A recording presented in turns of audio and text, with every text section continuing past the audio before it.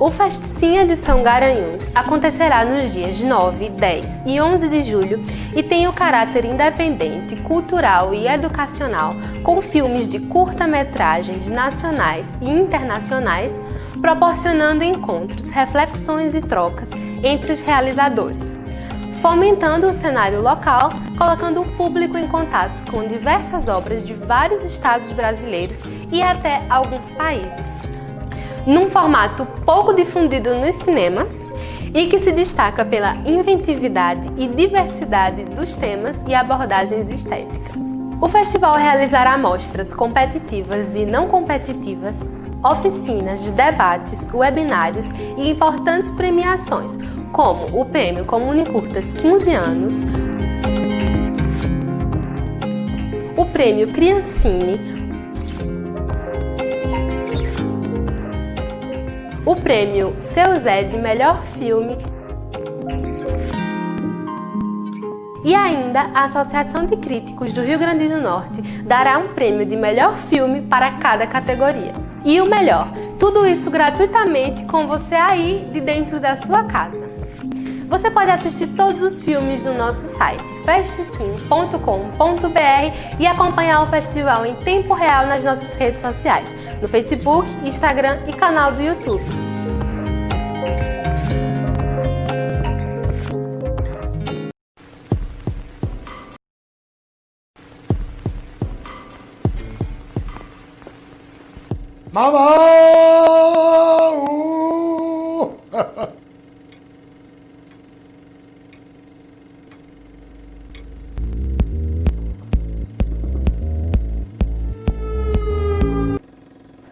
А що ті американки, за що їх любити? Готувати не вміють, дітей народжувати не хочуть, працювати не вміють. Una ciclo digital. Imágenes que cautivarán tu alma. Alzheimer's acting up again. Come on. I don't have Alzheimer's.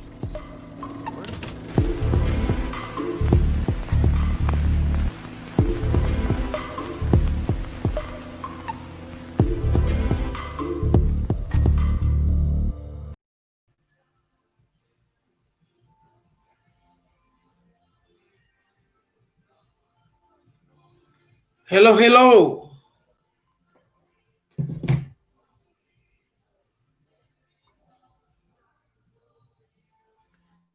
Hello, can you hear me? Yeah. Hello. Hello. Hey, Tommy. How you doing?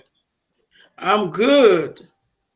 So, Arson Comic you are in the UK, you said? In the UK, yeah. So in the west of the UK, in a place called Cornwall, so on the Atlantic coast.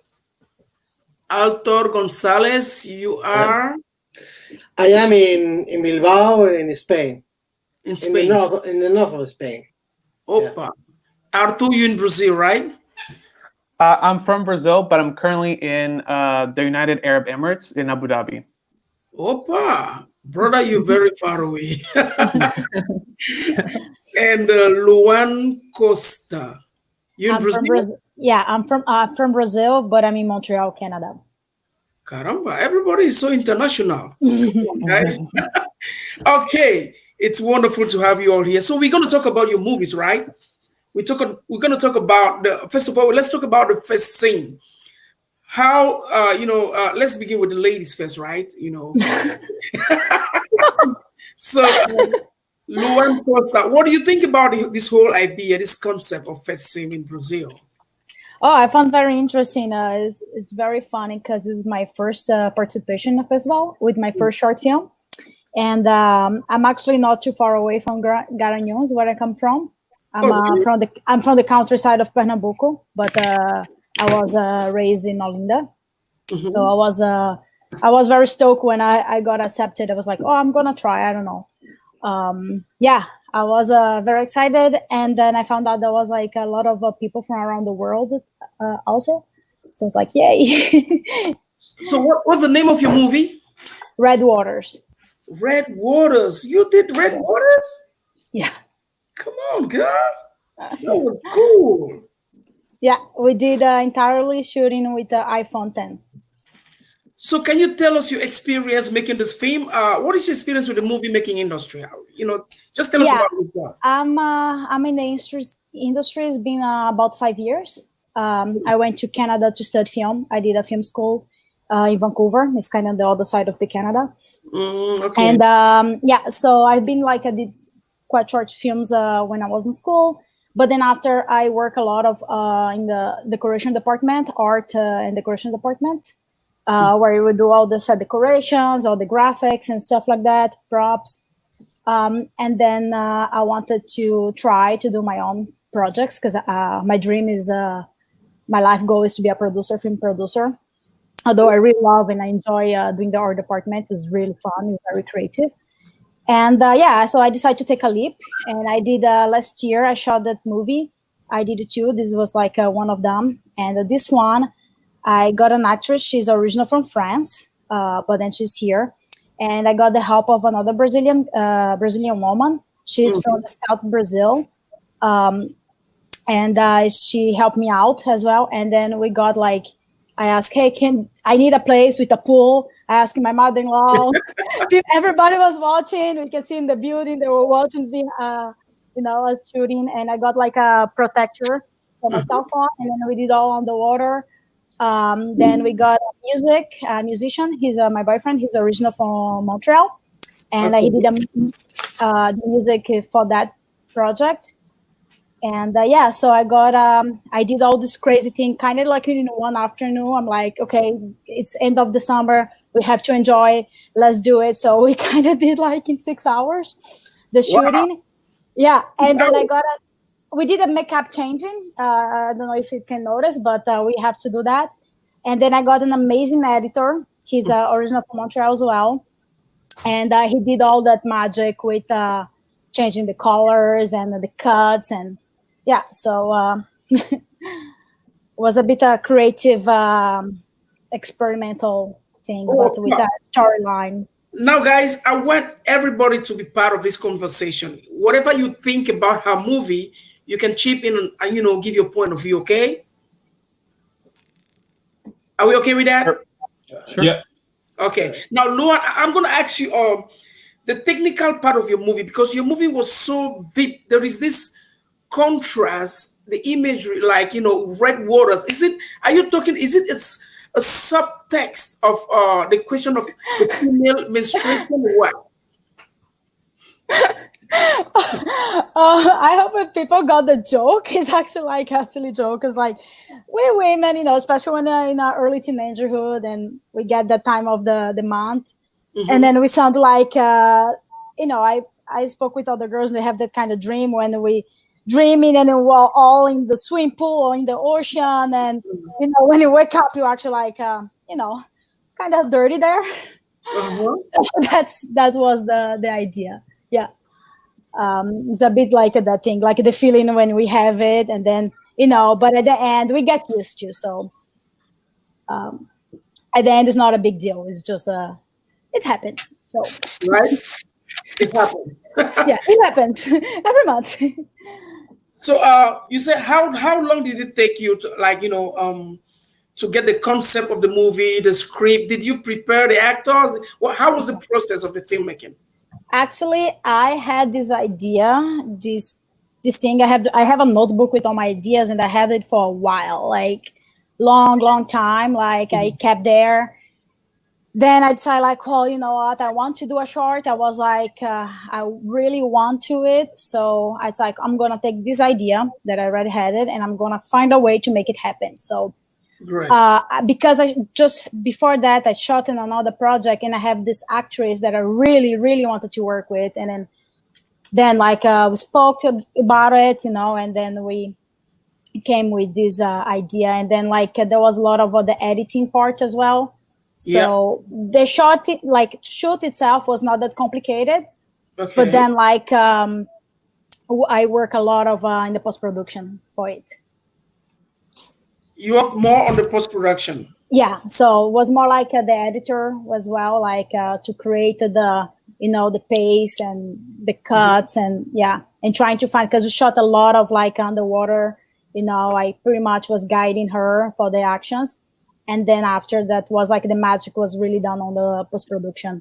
where we find a good frames, like good spot on the whole thing.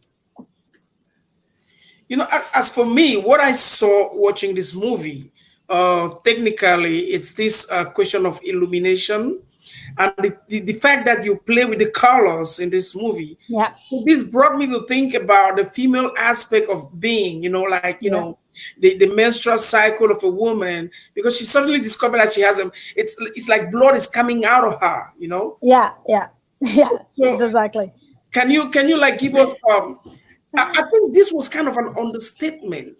Yeah. In a nutshell, Yeah, no, it's like it start like it's a nice day, and then she's swimming, and then suddenly start to get like I wanted to actually place like, oh, it is like something dangerous, like suddenly the water is getting red and in blood, Yeah. And that's when like she's trying to struggle to find out, but then of course when she's wake up, and then she just like, like, hey, do you have a tampon, Wow. So it's that kind of thing. Like for us, well, it's a bit painful, but at the end we kind of get used to, we have to, so I wanted to play this thing. And also like at the start, she feels so pretty and sexy, and at the end she's just like, oh, okay, that's it. Okay, so your filmmaking experience as a professional, not as a student no more. How long? No. It's been 5 years. 5 years. It's 5 years that I'm on professional level. Yeah. So how are you liking it? Well, I'm like I said, like I've been working on the art department as a production designer and as a decorator. I did movies straight to TV. I did some commercials. I did some small projects, and then I wanted to take a leap on my producing career. So I say like last year, I'm like, it's been like 5 years I'm graduated. It's been 5 years I work in other people project. I really, really need to make my own. So I wrote the project, and I'm like, movie. Yes. Yeah. The one like I directed, produced after film school. Yes. Any future projects? Yes, definitely. Yeah. I'm planning to do more here, and hopefully I'll get some done back in Brazil. I have some stories I'm working on, like to do in Recife, in Olinda, maybe in the countryside as well. So, yeah, because I understand that in Brazil you guys have loans from the Ministry of Culture in Brazil to finance your movie project. Now, with the government of Bolsonaro, I hear that they canceled the Ministry of Culture. So how is that? There is just some projects you can apply, but it's not that easy. Like it's not an easy thing to get. So you need to be a professional. You need to show you have it done. So that's why, like, I decided like last year, so like I have to do it if I want to really get on, my career up. I need to start somewhere. So I grabbed this. I did 2 short films with no budget, people helping, like playing here and around.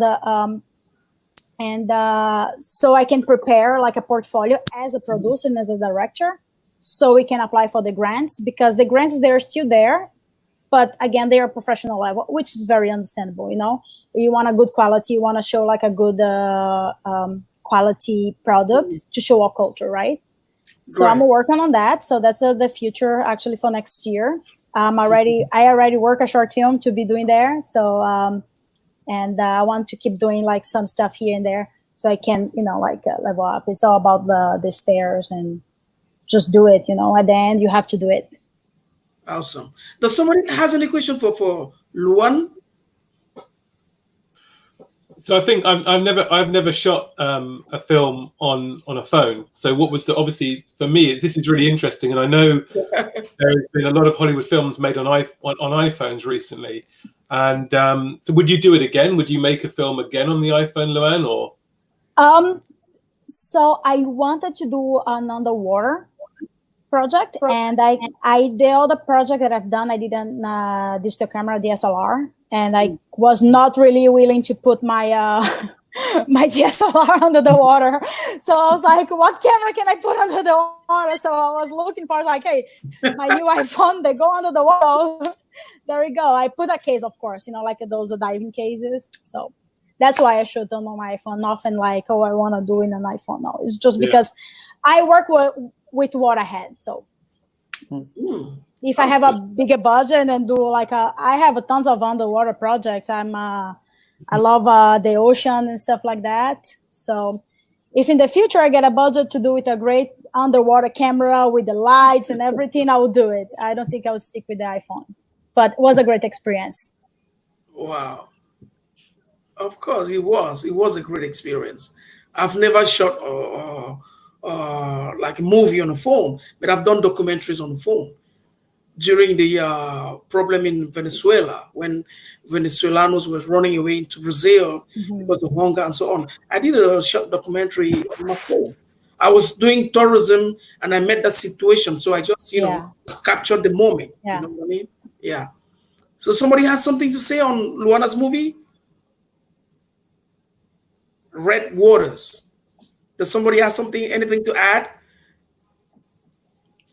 Anyway, let us talk with the Brazilians, since we're doing a Brazilian film festival.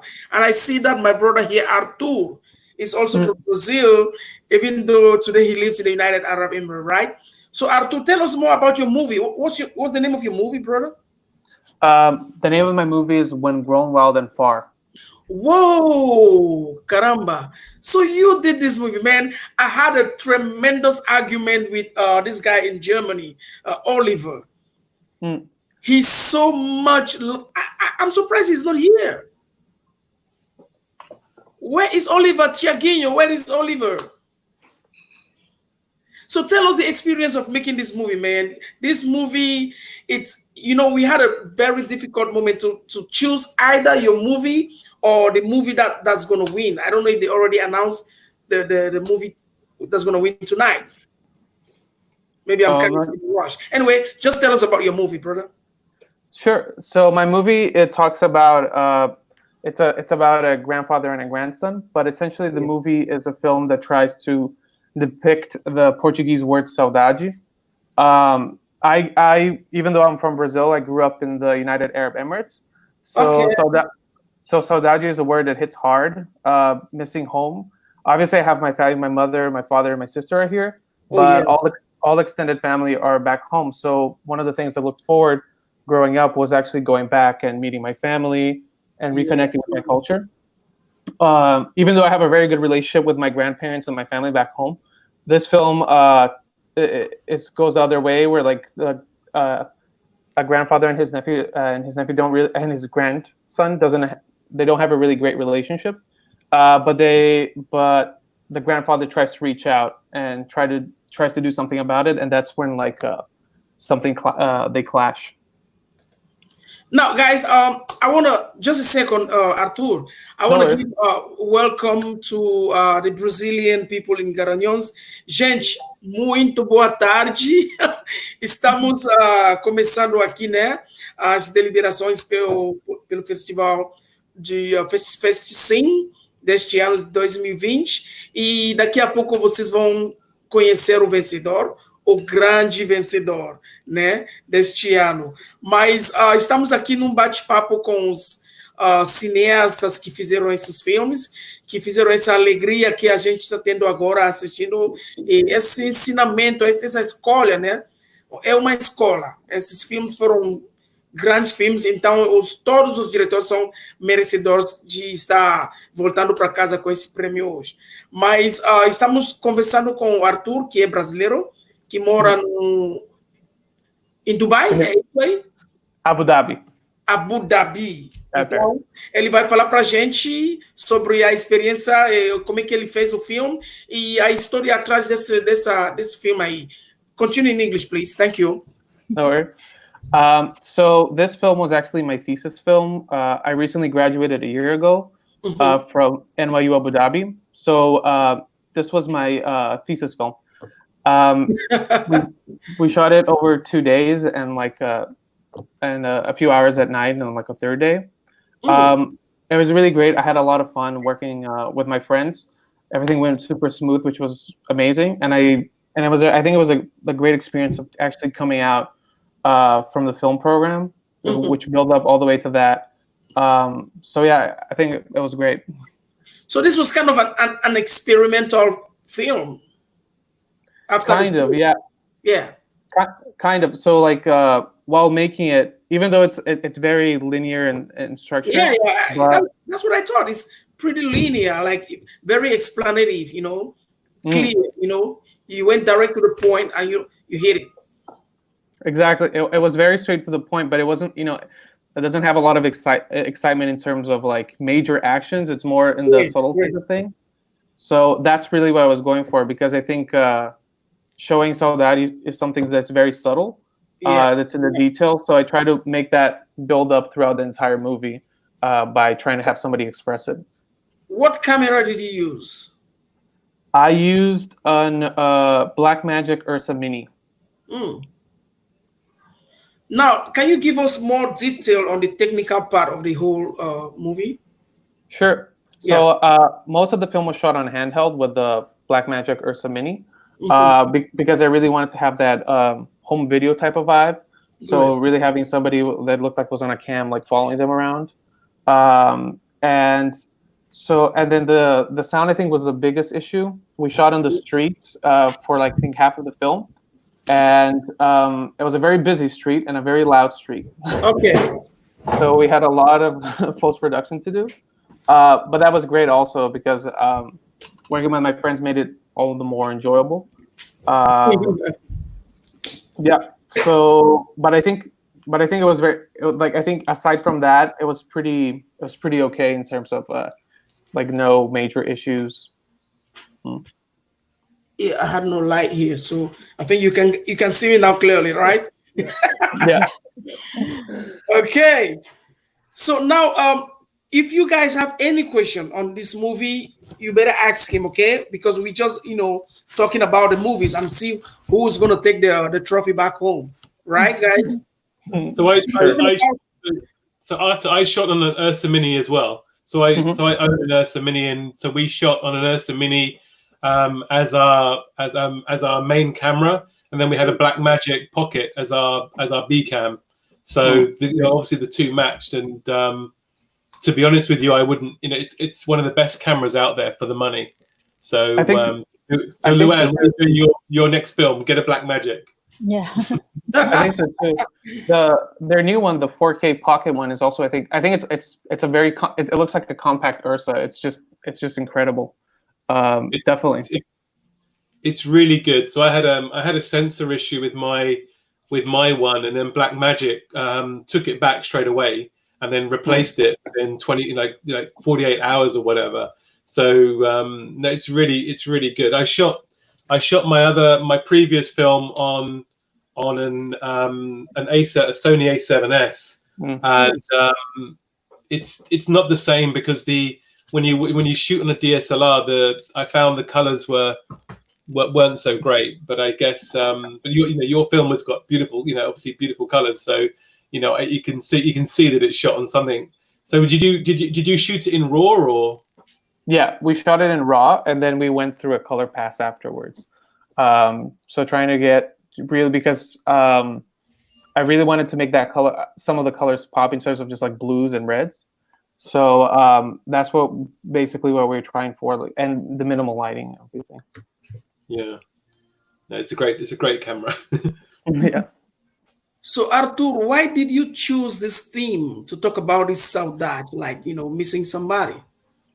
So I think saudade is also a word that's very hard to translate to other languages. Apparently, it's pretty unique to Portuguese. Even though when I presented in class, one of my professors was like, I think it has like some roots in Arabic, which is possible considering how there was some like Ottoman influence in like Spain and Portugal during the time. So, but I heard this saudade develop much later after that.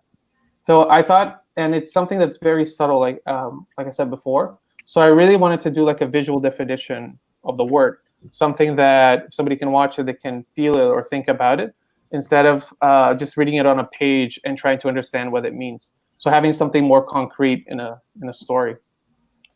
Awesome. If you don't mind me asking, how old are you? I am 23. Wow, you're very young to have this kind of great experience in movie making. Congratulations. Congratulations. Thank you. I feel very blessed. It's like it was such a great opportunity, and I'm so happy that I'm here with everybody and having shot the film. So yeah, your film touched a lot of us. These are topics that we kind of, some people don't talk about them easily. Like the grandpa, was he how do I put it? Was he schizophrenic? He wasn't schizophrenic. he didn't have it, but because he lived alone and he had like a kind of quirky behavior, and because his family doesn't want to have contact with him anymore, that label came up. So it kind of became like a thing in the family where it kind of, it's like it became a line in the family that became a myth scenario. So people he fell into that just because he got isolated from everybody. And this film, it brings me back to look at the question of relationships today in the world. No matter where you are in the world, relationships with our parents, relationships with our friends, relationships with people who are closer to us. It's kind of, people are so like single today. People live excluded from the society. They don't know what's going on. They are in their houses. They don't want to get like, you stay to your next neighbor, you don't even know his name, you don't know what he does, like mind your business, right? So that minding your business has led the world into kind of a chaos, because people don't even care about the next person. How can you help somebody if you don't converse with him? Like, the dialogue is missing. There is the dialogue is missing, and that's why the society is no more the way it used to be. You're very young to understand. I'm so surprised that with your age, you can come up with such a great script, because this portrays what the world is becoming. People are so like individualists nowadays. People are no more like united the way the world used to be. People were very like, people love each other. There was true love. But today, if you want to show some love, they'll be like, oh, come on, man, what do you want? Like, if you are showing some love, it means that you want something, it's kind of crazy nowadays. And I think that this movie illustrates all this kind of affection and disaffection between human beings today, and which the script was really good. Congrats, brother, congrats. The script was good. But I found some missing things in the actors, and of course they were not professional actors, right? No, they were not professional actors. Yeah, none of them were amateur actors. Yeah, so maybe your next movie you're gonna get some really professional actors if you have enough money to pay them. For sure. Anyway, congratulations. Sure. We'll come back on you. Let's talk with our brother from Orson Choker. How you doing? By the way, I loved your movie, brother. So I loved it. It's a bit different, right, Tommy? I loved your movie, man. This is what is happening into that. That's the fact about this festival. Most of the films that was selected, they are films that talk about relationships. So you look at this bird that went and ate something into the sea and then was choked.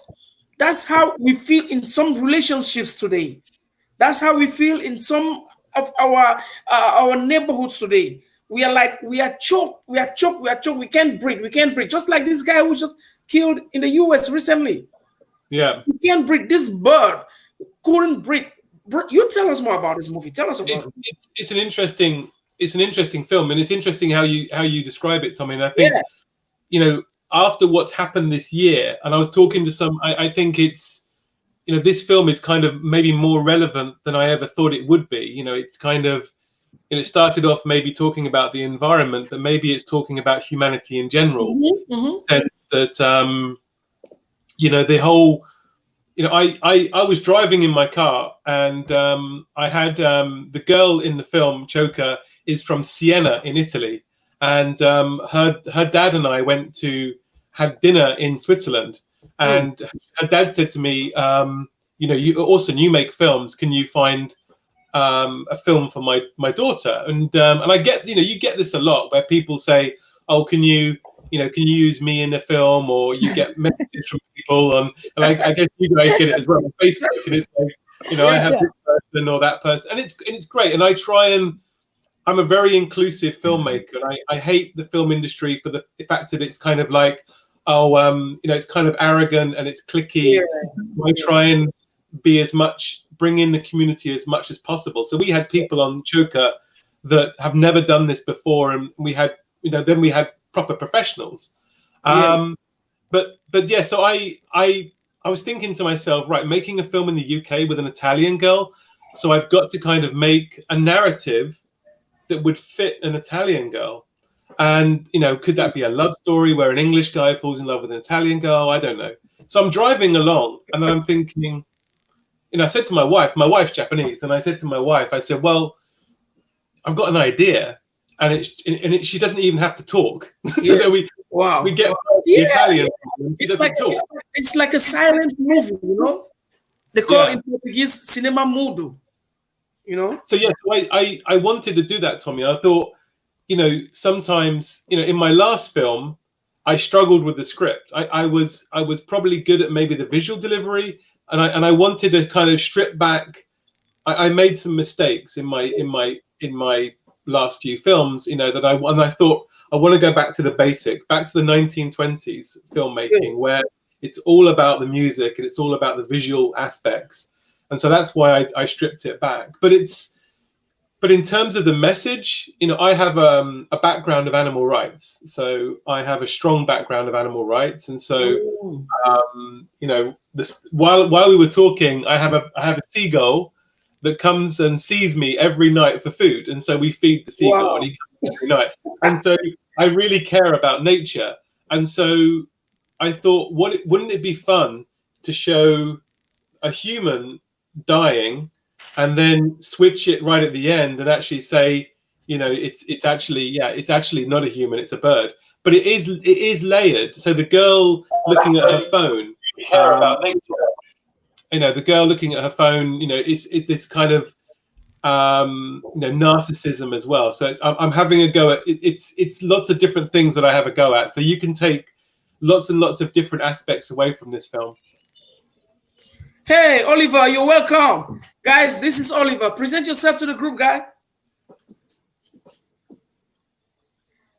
We can hear you. Can you hear him? Can somebody hear Oliver? He's on mute. You're on mute. Yeah, you're on mute. Yes. We can hear. How do I do this? Oh, good. Okay. You hear me? Introduce yourself to the group. Hi. I'm one of the 3 guys of the jury, and I loved all your films. Great. Really nice. Good to have you here. Thank you. Yeah, I'm listening to your conversation. So just go on. I will have some questions. Go ahead, man. I loved your movie, man. Tell us more about it. So this film, so as I said to Arthur earlier on, we shot it on a Blackmagic. And we had lots of different issues. Like, we were supposed to film on the beach, and then the day we went there, the beach was about 1.5 feet in seaweed. So we had to move to another part of the beach, and it was a lot of work to make this film. But most of the work for Choker was in editing and sound design, and that was where we spent most of our time. We shot loads and loads. So we shot 4.5 hours of footage in 4.6K. And so I've got hard drives around here somewhere, like this of Choker footage. And we got it down to 4 minutes. And so we spent days and days and weeks editing this film. And it was like we were arguing over microseconds, like we need to cut that needs to be cut. Anything that didn't work, we cut out. And so, and I'm kind of, at the moment, I'm mentoring a couple of people in my region, and I'm saying to them, if it's not important, cut it out. And we really learned, that was my big learning point on Choker was just the cutting the fat the whole time. The editing, cutting out. Cutting. And so, like, every time we would look at it and we say, do we need this? And it's like, and then we would just so Choker's very tight as an edit. Very tight. That I concur with you, brother. It was not cutting it short, but watching Choker, I was like very, very satisfied because this is just what is happening into the world today. There is a river in Brazil called Rio Tietê. Arthur, yeah, you must know Rio Tietê and Luana. You know them in São Paulo? Yeah. Yeah. Heard. You heard of Rio Tietê, right? Man, this is a river it's supposed to be a river, but today it has become a swampy area, smelly, dirty, because of what? Of what we as humans, we have polluted the universe that we live in. And this is a result of pollution. The birds come and feed from those places, and then they feed those trash, and then they are choked and they die. Even we as humans, we pass around there, we close our nose, so we can't breathe. We are choked. When passing beside Rio Tietê, you can't breathe because of the smell. It's really, really bad. And so we are being choked constantly by ourselves. It's like human killing human. I don't know if it's unknowingly or knowingly, but we kill each other each and every day. So it's in Choker because how the thought process behind it was because it's a human becoming a bird and the bird chokes. In a sense, the actual reverse is true because essentially we're killing ourselves because if you kill all the seabirds, you're messing with the food chain. And the circle of life becomes very, very complicated and difficult for us. We die in the end, right? And it's but it's a film. It's been a funny journey for Choker. So we've been selected in different festivals. We thought we would do really well in environmental film festivals. We thought we would do really well. Yeah, and it's not like that at all. And it's because I think. With the environmental film festivals, they want to see pretty pictures of dolphins swimming and this happy stuff, right? Yeah. And like these big documentaries that are beautiful. They don't. Choker is a very gritty film, and it's very honest, and it's very honest. And so we've there's been a few environmental film festivals that have accepted it, I guess, but not. I was thinking, all right, this is going to be. All about environmental film festivals, but the opposite is true because I think it's more of a narrative. But so it's been interesting. It's been an interesting journey with this weird little film. But Oliver, I see you want to say something, Oliver. Yes. Yeah, also, I have a question. Your film is really metaphoric. Yes. Could you please tell me something about the role of the man who was looking for the bird? Who is he? Why did he follow the bird or the person? How did you create this figure? So this character was a lot of work, I suppose, in his character.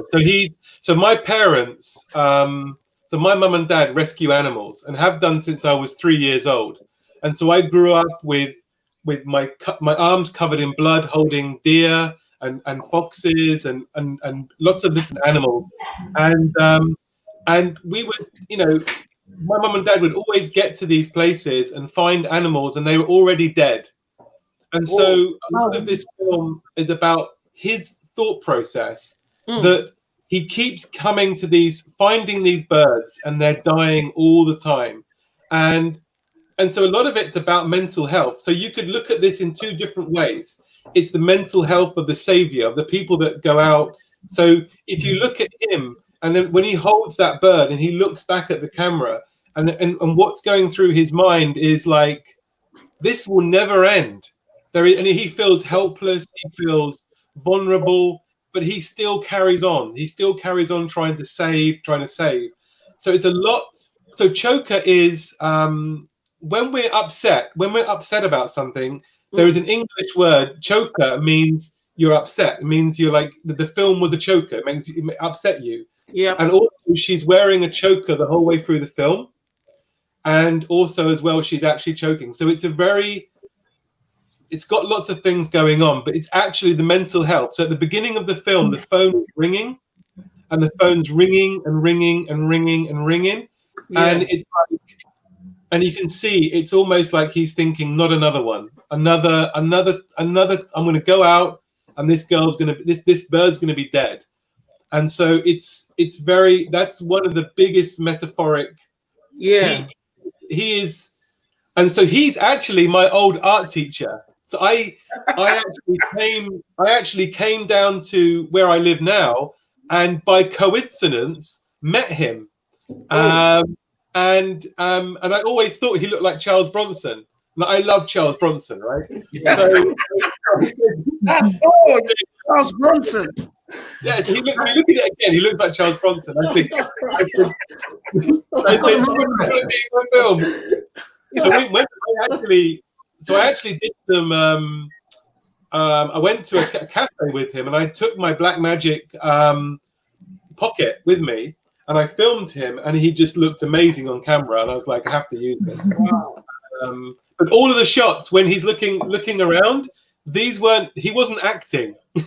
So when he was acting, it wasn't as good as when he wasn't acting. He was more natural. So we were just filming the whole time. And sometimes he's waiting for us to start, and he's looking at the camera like this, and we're like, "Oh, that's good. We'll use that."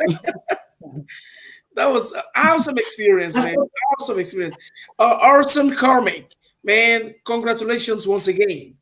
Now, Oliver, you got any more? I've got one question left to ask. Yeah, go ahead. Yeah. When I watched your film, it reminded me of the films of the 1970s, beginning 1970s. Where are your roots, your cinematic roots, your influences? So so it's a funny thing. So I have a lot of different influences. So my favorite films are, if you look at like my list of favorite films, like Buffalo 66, and I love Buffalo 66. It's one of the I like gritty films, right? And really unusual films. My favorite film of all time is It's a Wonderful Life, because and so I watch a lot of 70s films as well. So at the end of Choker, there is a massive taxi driver hoodwink. So when he looks so after the credits, he looks in the rear view mirror, and that is actually me saying thank you to Martin Scorsese, because I love Taxi Driver. So I wanted to, because Taxi Driver is about mental health, very much about mental health. And so right at the end of Taxi Driver, after Sybil Shepherd leaves his taxi, he looks in the rear view mirror. That's the last shot of Taxi Driver. So I said, I'm going to have the shot in Choker. So that's where my thing. Awesome. There is a spectator that's asking in Spanish, what do you have in that tank that you're drinking? What do you have in there? Oh, this is I was skipping. There's no alcohol. Miguel, no alcohol. You want to know in there? I can send you some, but it's not alcohol. But it's no, it's not alcohol. Caramba. But it's I love, and also as well. So Gonzalez is you're wearing a Jaws t-shirt. So when Oliver, you obviously talking about 70s influences, when you first see the girl, there's a contra zoom. Yeah. If you watch it again, you notice the background changes like this. Yeah. Changes perception. So that's a Jaws contra zoom. So we faked a contra zoom. Wow. So we shot her coming up on a green screen, and then we put the background in, and then we separated both of those images to make a Jaws contra zoom. So the part of Jaws when he's sitting on the beach and it goes like this, and then Spielberg did that on a zoom. He did it. You see his reference? Spielberg. Brother, you are huge. But, I watched I knew this was not an amateur doing this job. I watched Joker. I was like, this is not, he has nothing to do with an amateur. You know, this is a job professionally done, like somebody who has some very good experience. So how long have you been in the movie industry? And what are your previous films? Any future plans? So I don't make, this is not my day job. So my day job is something completely different. But this is a very expensive part of, I always wanted to make films. So I've been making films since 2014. This is my fourth film. And yeah. How is not your day job? Not my day job. No. Not my day job. Yeah, to be this good and it's not your day job. No, it's not my day job. My day job is I actually work for I work for a pharmaceutical company, and I find people, but I have. Yeah, this is just a very expensive hobby, and I have. Genius. I think it was like, for me, I always wanted to make films. So since I was very young, I watched a lot of films, and I watched a lot of obscure films like Oliver. Like, obviously, you see some of the influences in Choker. I watched some really obscure films, and I didn't want to be one of these people that just kept on dreaming and saying, oh, I'm going to make a film one day and all that. So I went out with a DSLR and my 3-year-old daughter, and I made a film, a very, very, badly shot, crappy film, but it suddenly got lots of attention. People were like, this is a bit of a strange film. and after that, I was like, oh, I want to do more. It was good. So I make films for me, not because I don't do it because I want to be famous or I want to do. I just love creating. And don't stop it. You are a passionate creator, and I think that you should focus more on the film industry. You can do something better, because Choker is really, really a wonderful metaphorical movie, man. It was really great. I was discussing with Oliver, and we was kind of confused with the last 3 best films we had. It was really difficult to come to a conclusion which one to choose. We're not going to announce right now, but it was a very, very tense moment to choose which one are we going to choose. But man, congrats for Choker. Tell us more on Choker. Tell us more. We want to hear more. So I think it shows, like, with what I do, and I say this. The thing is that the film industry always felt to me like I could never do it. I could never get into it, because I in the past, when I lived in America for a little while, and I went to a set and I tried to be a part of it, but it was kind of like really kind of, people were arrogant and they were not inclusive, and so I thought I would do this on my terms, I would pay. I'm paying the money here. I own my own camera now, so I own my own Ursa. I have Cook lenses that I've saved up and bought. So I have a car. I have a car, right? My lenses are worth more than all of my cars. Wow. So it's kind of like, so my wife is like, oh no, but it's. So I wanted to have my own, to be in charge of my own destiny. Yeah, and it feels good. And so when you get young people and they say, can I get experience? And I'm like, yeah, come along. So most of the people in my film had no experience at all. So the only guy was the DOP, and he's actually in the industry. So he's a good friend of mine, and he's in the industry. He does work for the BBC. And the guy that I edited this with, he kind of maybe strangely believes in me. And he thinks I'm really strange. And so when we're editing it, and he just says, I don't know why I don't understand. And I'm like, just do it, it's gonna be fine. And so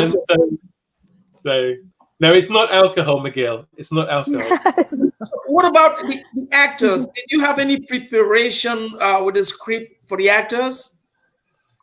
So when Eleanor came, she flew in from Brussels, and that was the first time I'd met my friend's daughter, and I was really nervous, because I was thinking, we've done no preparation. We're shooting in like a week's time, and I got her in. So it was just her and me. So I had the Ursa and her laying on the ground, and it was a very weird experience. And I'm like, pretend you're dying. Pretend you're a bird. And she was, and I've got if you message me afterwards, I'll show you that raw footage. First time that we did it, and I was like, I came back and I said to my wife, I said she's really good. She's really good. And I was like so relieved. There is one question more. One more question. Yeah, go ahead. How did you get Seebeck to make the soundtrack for your movie? Seebeck's a friend of a friend. So I did when I was younger, because I was involved in animal rights. My parents were friends with different people, and one of the people they were friends with was a guy called Nicholas Dodd, and he did a lot of music for. He did the music for Independence Day, Godzilla, Die Another Day, World Is Not Enough, all the James Bond stuff. And so he introduced, and I was, music is a massive part of my. I love music in film. So if your film's got good music, I love music in film. So like if you look at Blade Runner is one of my favorite films, and the music in Blade Runner makes that film. If it wasn't for the Vangelis, that film would be shit. And that soundtrack absolutely makes that film. So I always believed in music. So when Nicholas introduced me, when I was making a film, he introduced me to a few people, and that's how I got to Seebeck. But Seebeck does a lot of. Usually, I use David William Hearn for my last two films. But Seebeck does a lot of more dance music and much more kind of like. And I wanted that, so I told him in very, very lots of detail what I wanted, the change-ups. The changing of the gear lever, we need to rank it up there, we need to drop it here.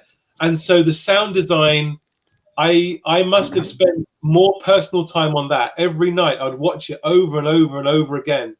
We counted the heartbeats. The heartbeats had to be right. It was, sound design's everything. And that's what, you know, because there's no dialogue, I have to sell it on the sound design. Yeah. I got a curiosity here. You know, I've been on the set of, you know, big budget films, right?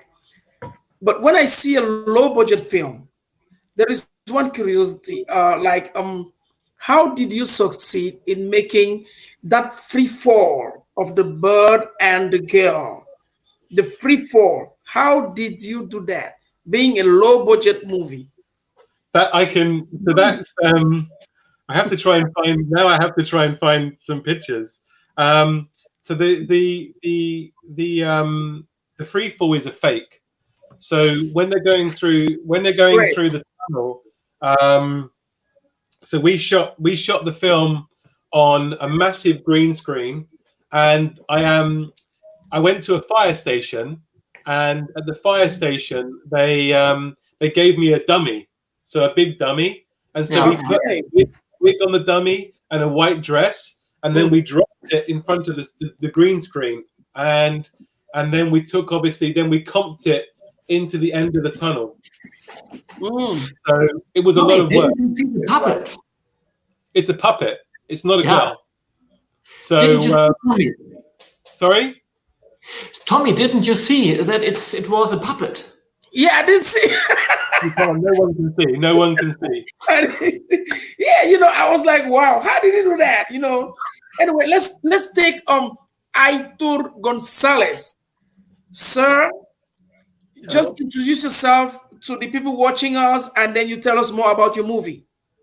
Yeah, I've been there since an hour, and I don't speak English, and I don't understand anything. For real? No.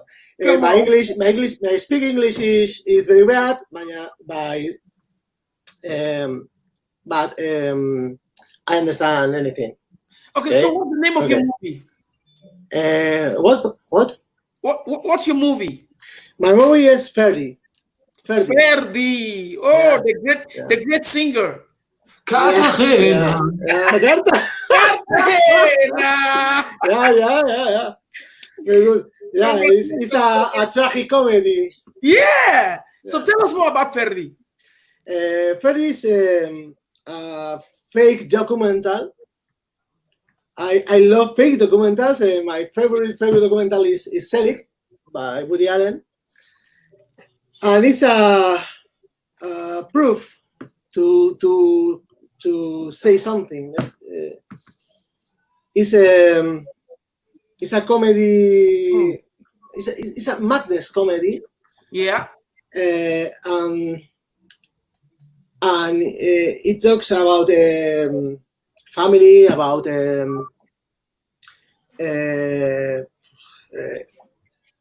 rock music, and I don't know.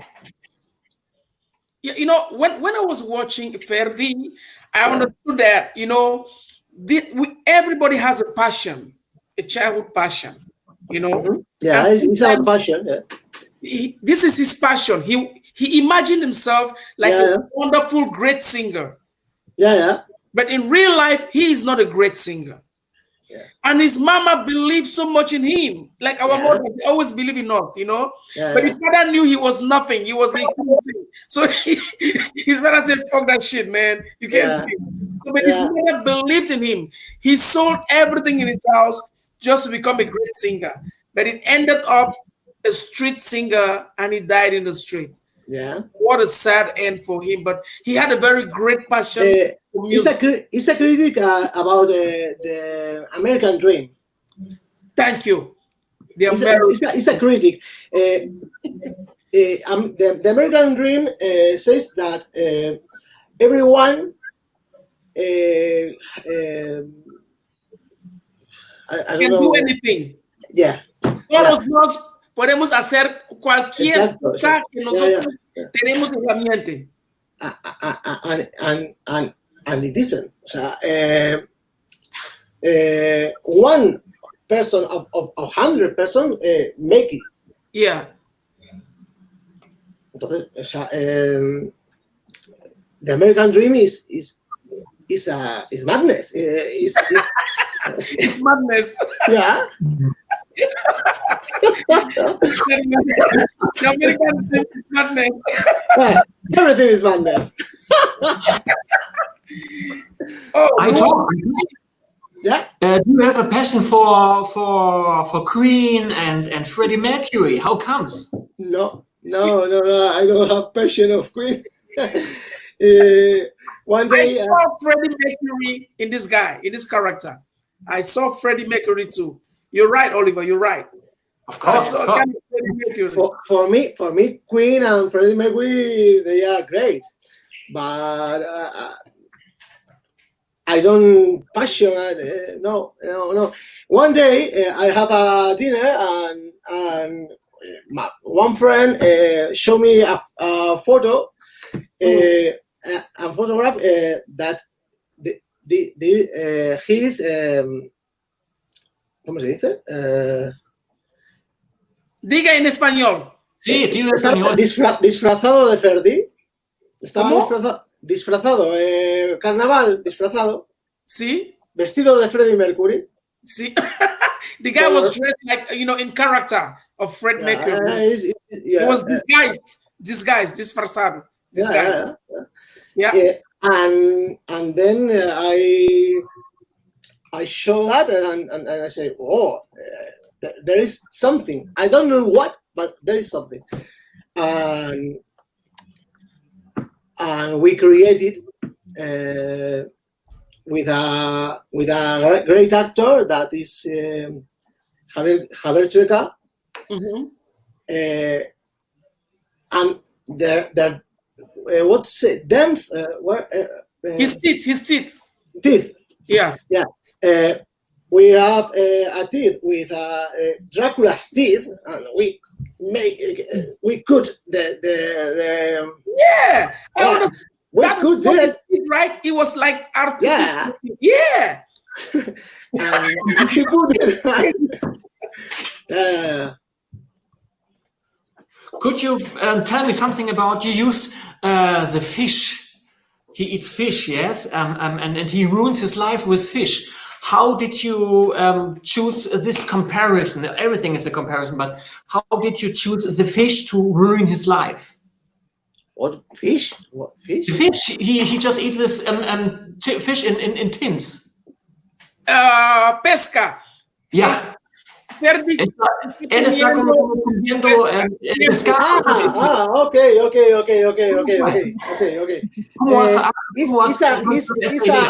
Yeah. This is a metaphoric with drugs. Okay. A metaphoric with drugs. Wow. He spent all his money on drugs. Yeah. Yeah. Everything says that music and other things are very relationist with drugs, no? And the fish and the moment that he's eating fish, very madness. It's a metaphor of drug of his.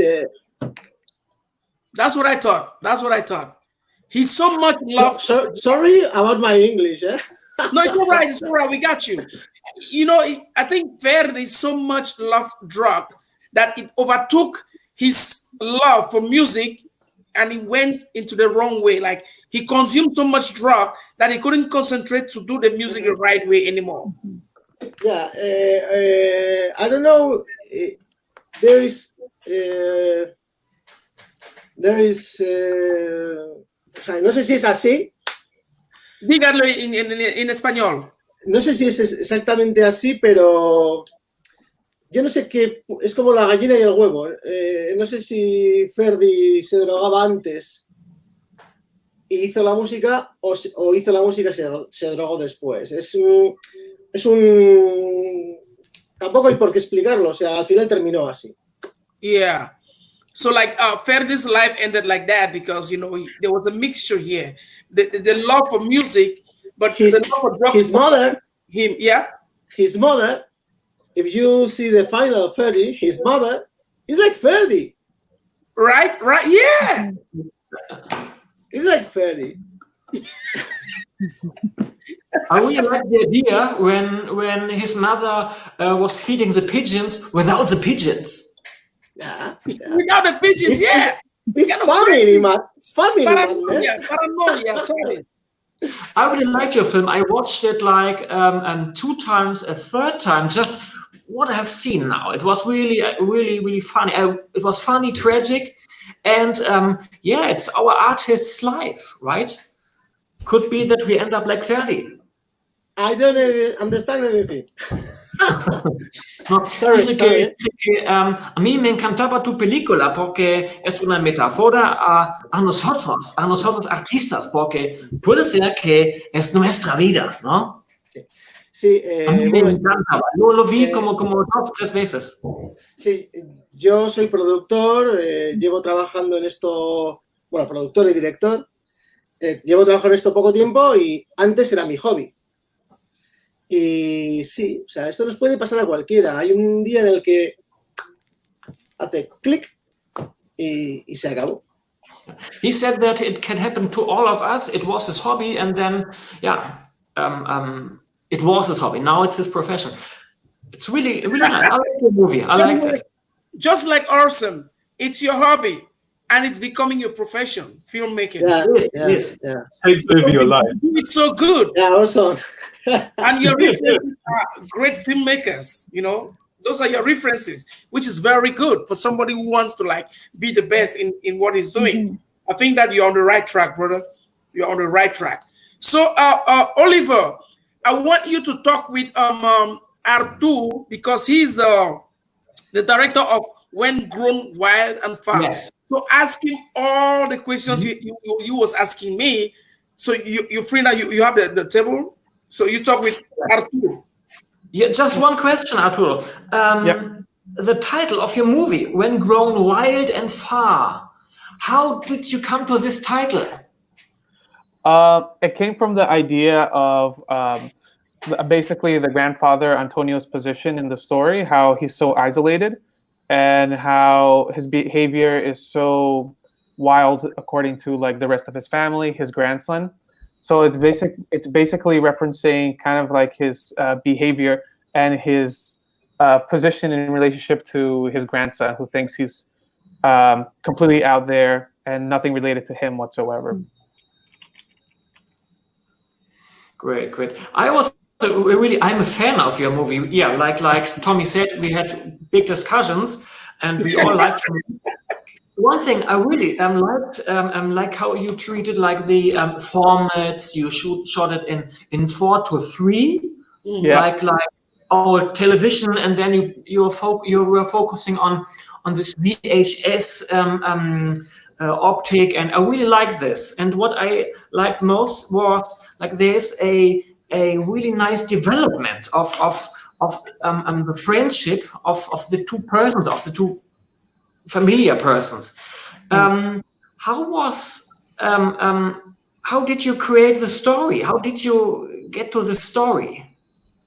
So the story comes from the idea about saudade and like this idea of missingness. So I really wanted, it's a Portuguese word that's hard to translate. So I really wanted to like define it visually. And I think the best way that I thought of was in a family context between two people who don't really get along with each other, but have to be together. Considering one of them really misses his grandson and seeing him, I really wanted to see how that sentiment kind of bleeds into like what happens when you miss somebody so much and you have an opportunity, but the person is not there. So I was just like writing, like seeing where things go, and just letting the flow go, really. But it always came to that. It always came like, oh, is this something that I think could be interesting that describes saudade? Because I think it's very subtle. So I try to really go for that, like, oh, this is a very quiet moment where I think it can come out. Great. And one question I really liked, of course, the other figure, which was the neighbor, the female neighbor, and he always takes out his hearing aid. How did you develop this idea that he always takes out his hearing aid when he will meet her? So I have a family member who actually has hearing aid, and he really doesn't like it. So he literally takes it out because he said there's a buzzing in my ear. So I heard a lot of people also complain about that. And because of his old age, I'm like, okay, if he doesn't like it and takes it off, he might as well make use of it and like, play around with people to get it to his advantage. So that's the thing. It becomes like a thing where like if he wants to shut people out of his world, he just takes it out. But if he really wants to connect with people, he has to put it back on and kind of really tune in to what people are saying. So it become a very easy way for him to like just really turn himself out from the world. Great. But it came from the idea of like, I saw somebody do it like in person. I'd be interested. Great. I think those little ideas really make the difference of if something is made up or if something is really believable. So I think all the parts of your film, the really simple, really gentle parts fit very, very well together. I really like your film. I'm a big fan. Thank you so much. Thank you. It means a lot, really. I told you from the beginning that you have a huge fan. Oliver, he is crazy about your movie, man. So you can count yourself one of the winners tonight. So, ladies and gentlemen, let us hear from Luan once again. Oliver, you didn't get her in the beginning, so she might tell you a little bit about her film. And, Luan.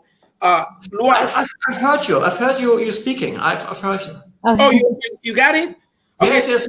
And guys, we're almost at the end of the our entretien. So I'll ask, let's begin with the Brazilian, since this is a Brazilian film festival. And of course, we begin with the ladies. So you tell us a brief story about yourself. Tell us your experience with the FESTCIMM. How was it? How is it going for you? And then at the closing remarks, invite your fans, your family, your friends, to watch FESTCIMM on the website. Luan. Yeah. So far I found like very interesting. It ended up turning out well. That ended up being online, so all my folks around here could see.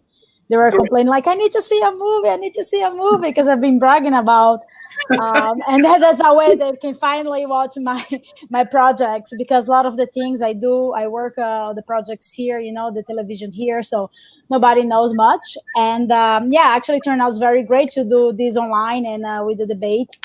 And I'm just sending to everybody, hey, if you have a time, go check it out. It's like check it out. I see like a lot of animation. I studied animation in Olinda before I come to Canada. So I'm very excited that there's a lot of names, like both from Brazil, and see like that is people from outside the country trying out.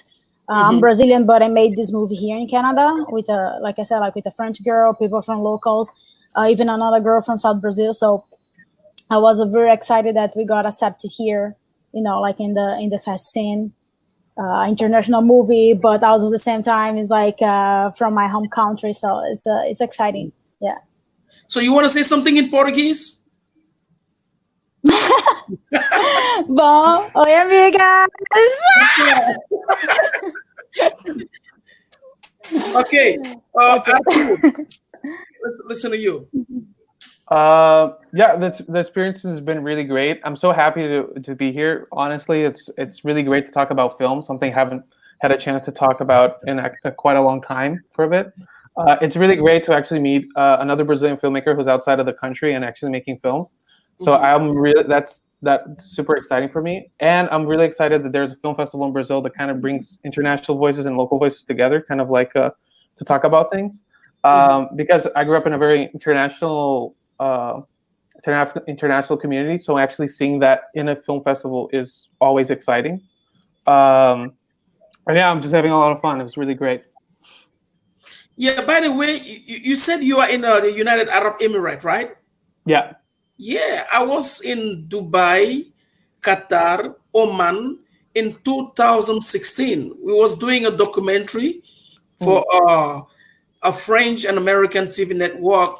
It's kind of an investigative journalism on sex slavery for African ladies who go there to work as house girls. We was doing this investigative journalism. Yeah, we did it in 2016, and it was very awful. I spent 6 months in the Arab world, and I discovered so many things. And it's a great place, though. It's a great place. The film industry. I mean, the whole Arab world, it's a great place to live. The film industry is not like here, but it's they have like a trajectoire and they have a future. Anyway, I wish you all the best in the Arab world. May God bless you. Mashallah, inshallah. That's how they say, right? Mashallah. Okay, Olson, can we hear about you?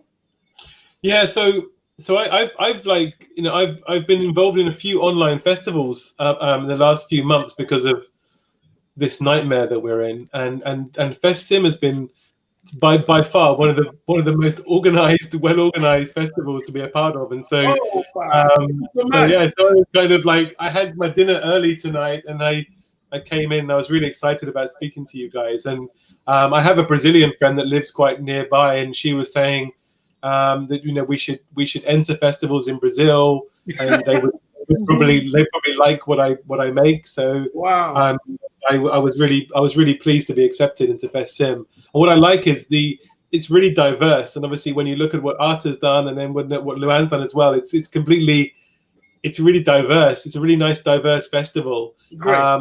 I see a lot of festivals out there, and I find the programming quite samey, and this is really diverse, and it's really nice to have obviously my my film as in the mix in this. So I love it. This is such a great little festival, and it's really friendly. So thank you. Thank you very much, Mr. Arson Comic. Now let's listen to Aito Gonzalez Iturbe.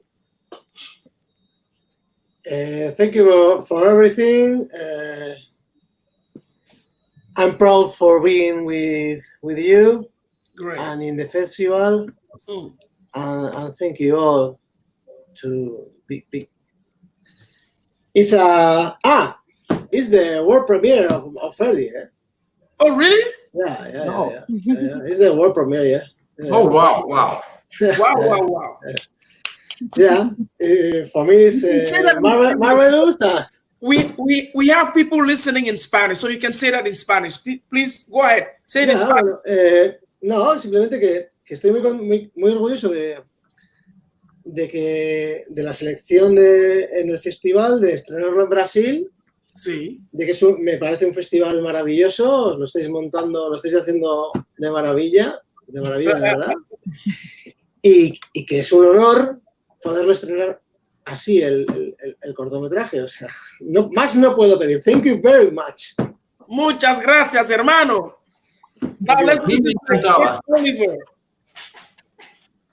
Now, ladies and gentlemen, you know what?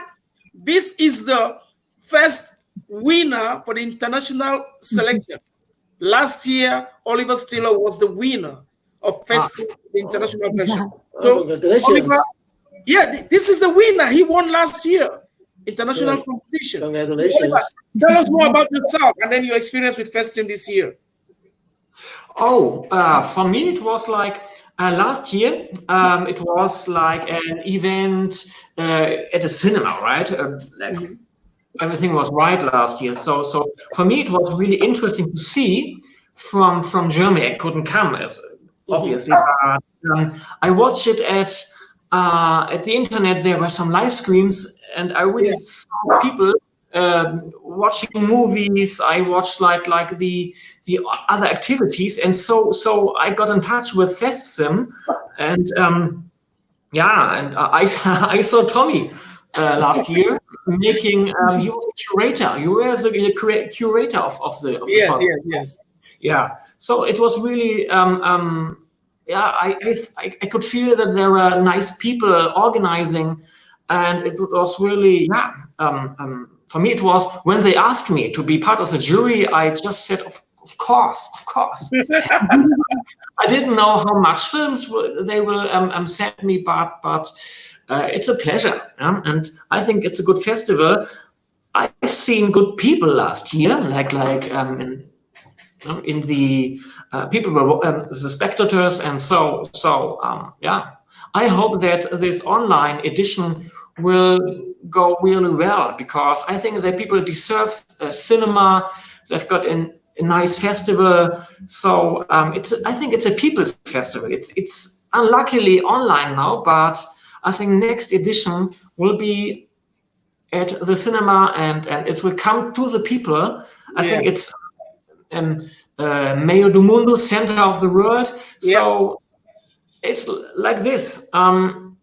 It's cinema that comes to the people, and people that come to the cinema. So it's a closed, nice world, and I want to participate. So I'm here.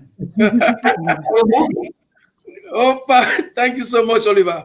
Now, ladies and gentlemen, we're coming to the end of our online festival, and tomorrow you guys are going to have the results of the international part of it, and we're going to know who's going to be taking back home the trophy. My name is Tommy Germain. I've been your curator and also a member of the jury.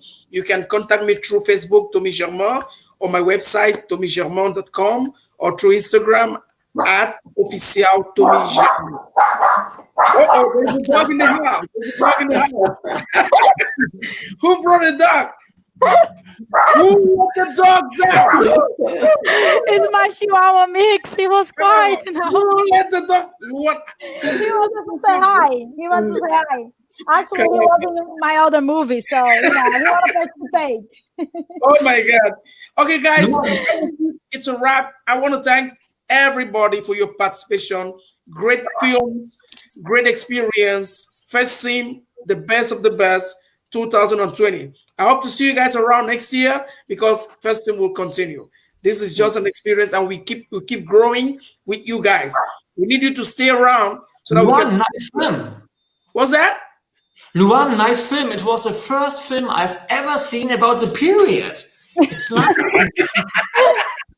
Well, thank you. Some stuff needs to be said, 2020. Some stuff need to be said, need to be put out there, as a normal. Yes. Thank you very much. He saw about periods. No, it's the first film, first and the best. Ok, guys, thank you so much. Tiaguinho, você tá aí? Tem alguma palavra para dizer? Gente, estamos chegando ao final dessa edição de FESTCIMM. Vamos chamar o Tiaguinho, se ele pode dar uma palavrinha de final aí. Gente, muitíssimo obrigado para quem estava presente para acompanhar a gente. E amanhã vamos ter os resultados, né? Para o vencedor, o grande vencedor do Prêmio Internacional FESTCIMM 2020. Tiaguinho, você está aí? Hipólite. Quem é esse cara? Lucena? Sou eu. Opa! Então, uma palavrinha aí. Eu estou no background aqui, fazendo as coisas acontecerem. Opa, que legal. O Tiaguinho está aí?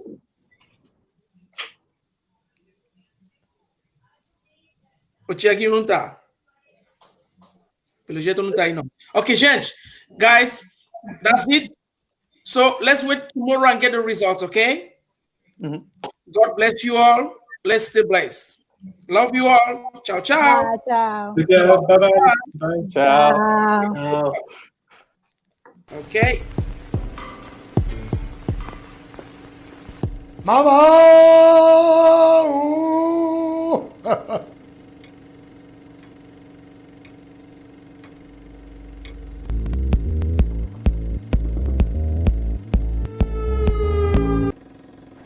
А що ті американки, за що їх любити? Готувати не вміють, дітей народжувати не хочуть, працювати не вміють. Diagnóstico digital. Imágenes que cautivarán tu alma. Alzheimer's acting up again. Come on. I don't have Alzheimer's.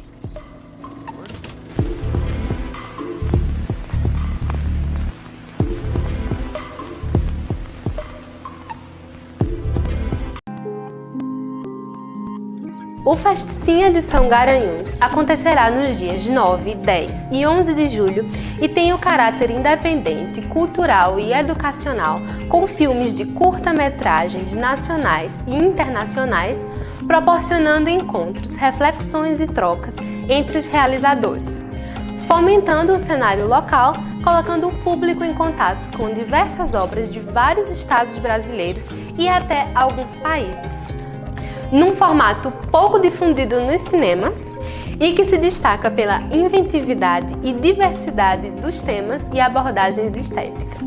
O festival realizará mostras competitivas e não competitivas, oficinas, debates, webinários e importantes premiações, como o Prêmio Comunicurtas 15 anos, o Prêmio Criancine, o Prêmio Seu Zé de Melhor Filme e ainda a Associação de Críticos do Rio Grande do Norte dará um prêmio de melhor filme para cada categoria. E o melhor, tudo isso gratuitamente com você aí de dentro da sua casa. Você pode assistir todos os filmes no nosso site festcim.com.br e acompanhar o festival em tempo real nas nossas redes sociais, no Facebook, Instagram e canal do YouTube.